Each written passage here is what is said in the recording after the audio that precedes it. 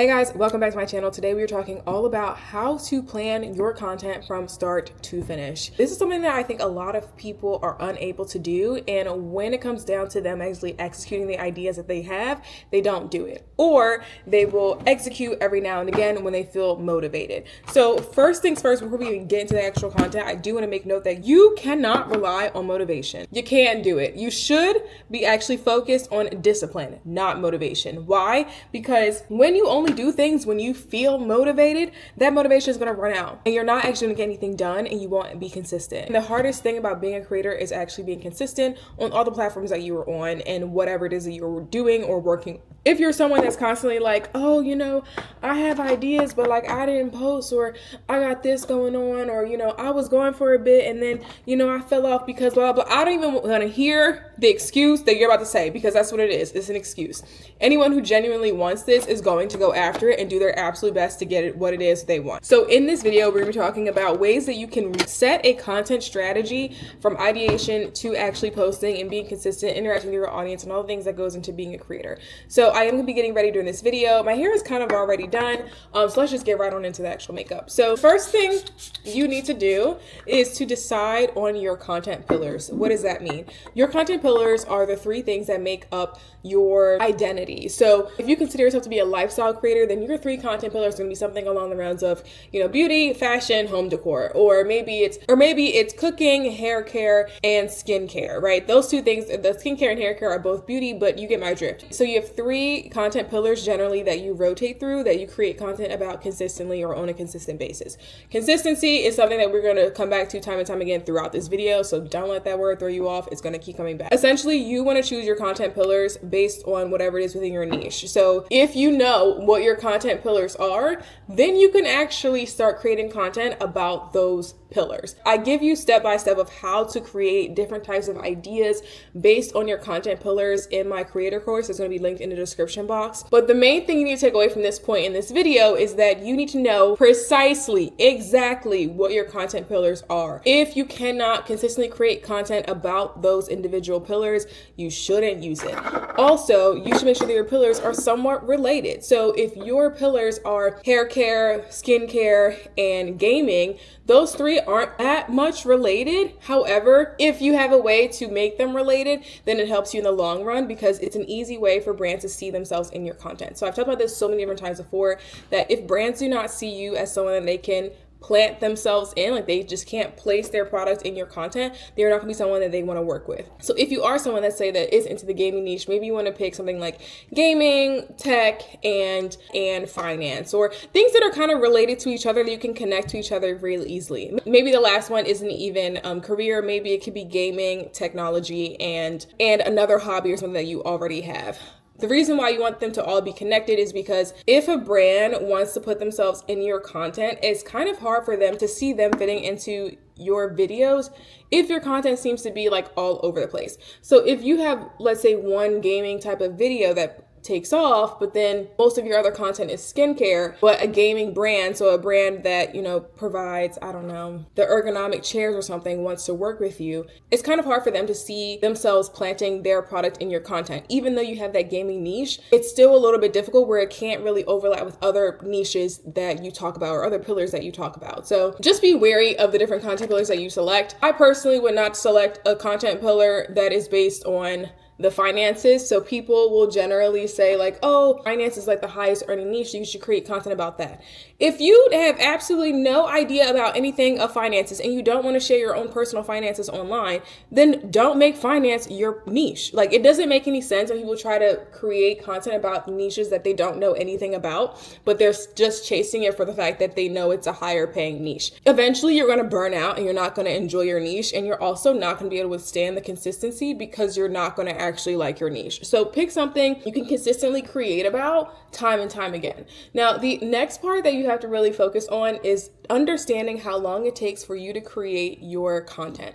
So if you know it takes you 4 hours to edit a video and you want to be a consistent creator within that niche, you can't be pushing out videos every single day because you're going to run out of time, especially if you're someone that's working a 9 to 5.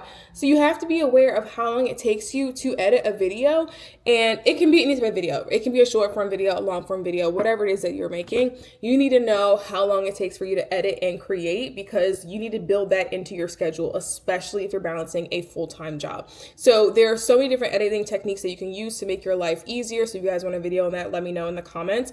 But essentially, you need to track your time. Track how long it takes you to edit a video. And if you're not getting faster at editing, then you need to actually start looking up quicker editing techniques, because over time you will get better at editing. You will be able to take less time to edit. However, if you are someone that's not even tracking your time, or you don't finish it in one sitting, so you sit down and you do it for 10 minutes, and then the next day you do it for another 20 minutes, and the next day you do it for another 10 minutes, you're never gonna get anything done that way. So you need to figure out a way that where you are the most productive. Now, the way I do this is really figuring out a time of day that I work the best.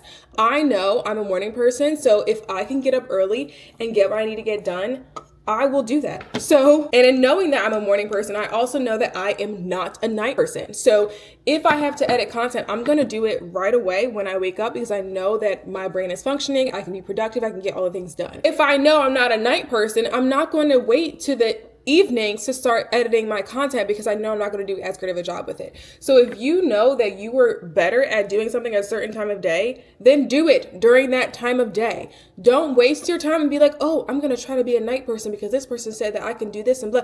No, do what works for you, because if you can edit or create your content or just do it in a productive way, it's going to make it that much easier for you. And in the beginning of the video, I said that if you were someone that made an excuse about falling off and not creating content consistently, and you have some excuse about it, that excuse typically revolves like, oh, well, I just didn't have enough time, or I got tired, or blah, blah, blah. If you are working with a schedule that aligns with you, as in, you know you're a morning person, so that's when you edit your content. Or you know you're a night owl, so you'll just stay up and edit the content and bust it out in one night. If you are working with a schedule that already makes sense for you, it's going to be so much easier for you to create your content and edit it and put it out there. If you're someone that's not paying attention to your own body clock, your own schedule, what works for you, then you're going to make it that much harder for yourself to actually edit and put out the content. So just figure out what schedule works for you, and also know how long it takes you to get different tasks done. That way you can implement it into your schedule. So that brings me to the next part of this video. You need to create a schedule, a posting schedule for your content. Now, this is different from a content strategy, very different from a content strategy. And I talk about the differences in my creator course. A posting schedule is how many times you post on a specific platform. So if you post twice a day on TikTok, then that's your posting schedule. If you post twice a day on TikTok, once at noon and then the next time at 6 p.m., that's your posting schedule. Twice a day, 12 p.m., 6 p.m.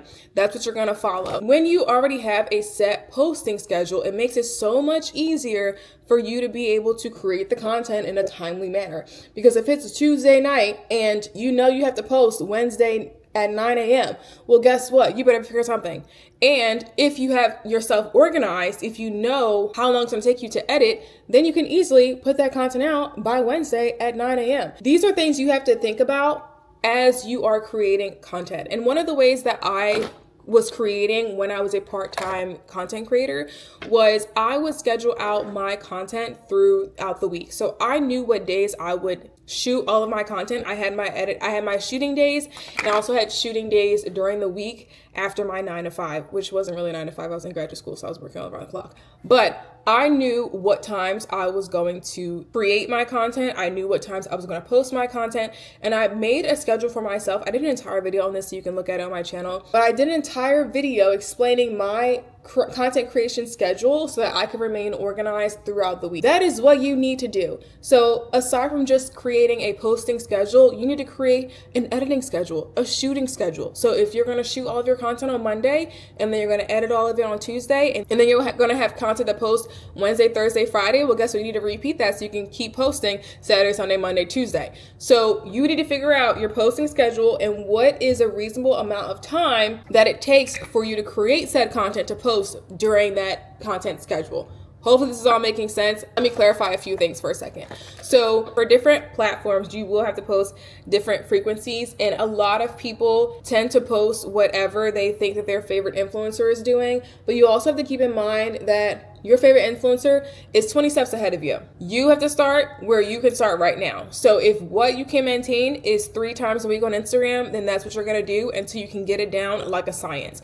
If you are struggling to post 3 times a week on Instagram after a month, guess what? You need to change something in your editing, posting, shooting schedule so that you can actually do the 3 times a week easily every single week. So do not start adding more content into your schedule unless you already have a set schedule that you are aligning to, that you are using, and is actually making your life easier. You cannot move on to the next step until you master the previous step. So if you want to start posting every single day on Instagram, guess what? You need to start at posting 3 times a week on Instagram and then work your way up to 7 days a week on Instagram. That's how it goes.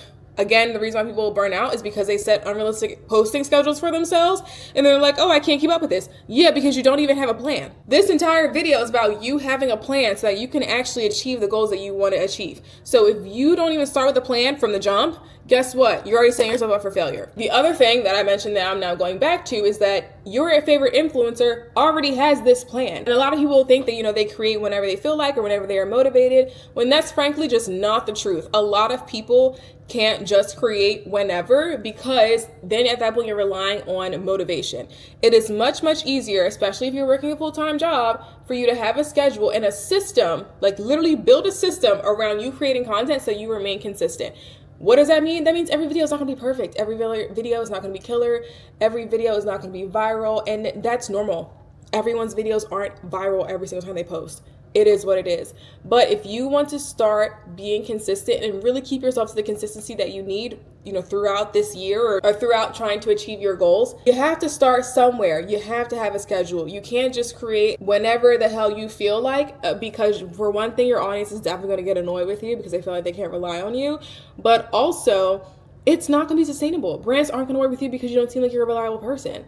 You do things whenever the hell you feel like it, and no one knows when they even expect you. No one even knows what to expect from you. So you need to create a consistent schedule for yourself. Again, I did an entire video iterating how I was able to create content full-time when I was still a part-time creator and working another job so that I could eventually become a full-time creator. So step number 4 is to go throughout your week and set different days for your editing days, your shooting days, your posting days, or your posting times. Keep in mind, you can also schedule in fun. Like, no one's saying you can't have fun with this. That's actually the point. Like, if you missed that from the beginning, you're supposed to be having fun.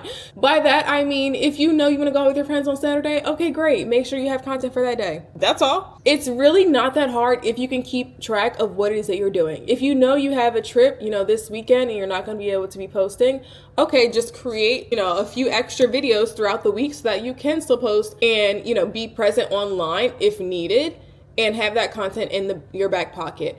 It really is not that hard. And people make it this big whole thing because they're trying to rely on motivation and, create in their creativity.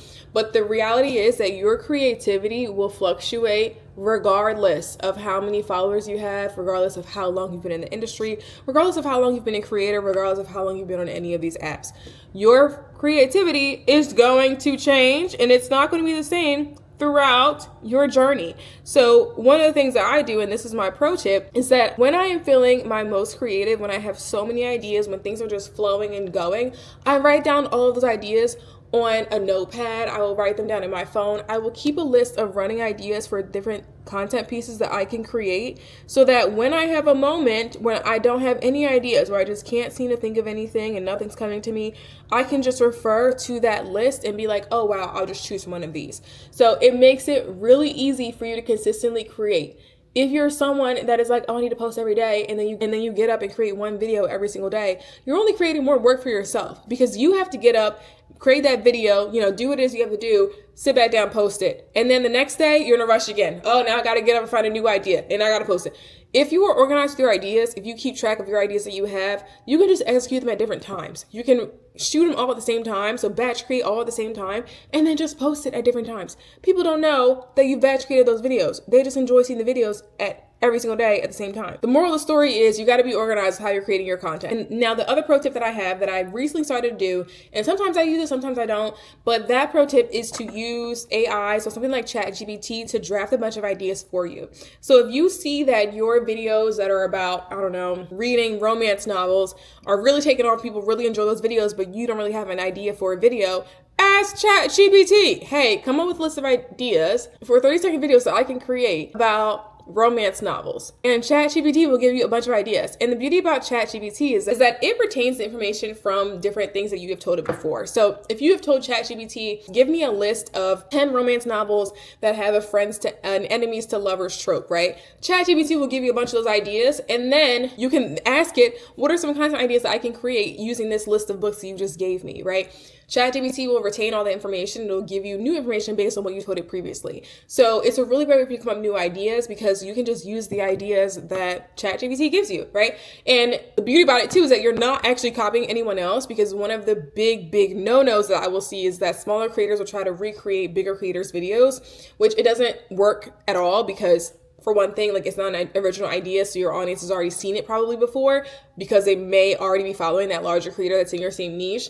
However, the other reason why it doesn't work is because people don't know you for something that is original to you. So if you can come up with original ideas that come straight from your noggin and execute those regularly, right, people will then recognize you for your original idea, and they will like you because you have original content, as opposed to everyone else is doing the same type of every other video. So if you're running out of ideas, ChatGPT is another resource that you can use, where you can just go to it and ask it a bunch of prompts of, like, give me different ideas. Now, this isn't something that I use all that often, because I already have an idea of what my audience likes from me. So I really don't use it as much as I should. But if you are a new creator that's really looking to get ideas because you're focused on, editing or executing or whatever it may be, then ChatGPT may be a way for you to start. However, it's not going to be the permanent method for you, because again, you need to come up with original ideas that people like you for, and that they want to keep coming back to you for. Ultimately, everyone is doing the same exact thing on the internet. I know you hate to hear it, because everyone wants to think that they are just the most original creator, that they're doing everything just so different and they're just so special. Someone has probably done what you have done,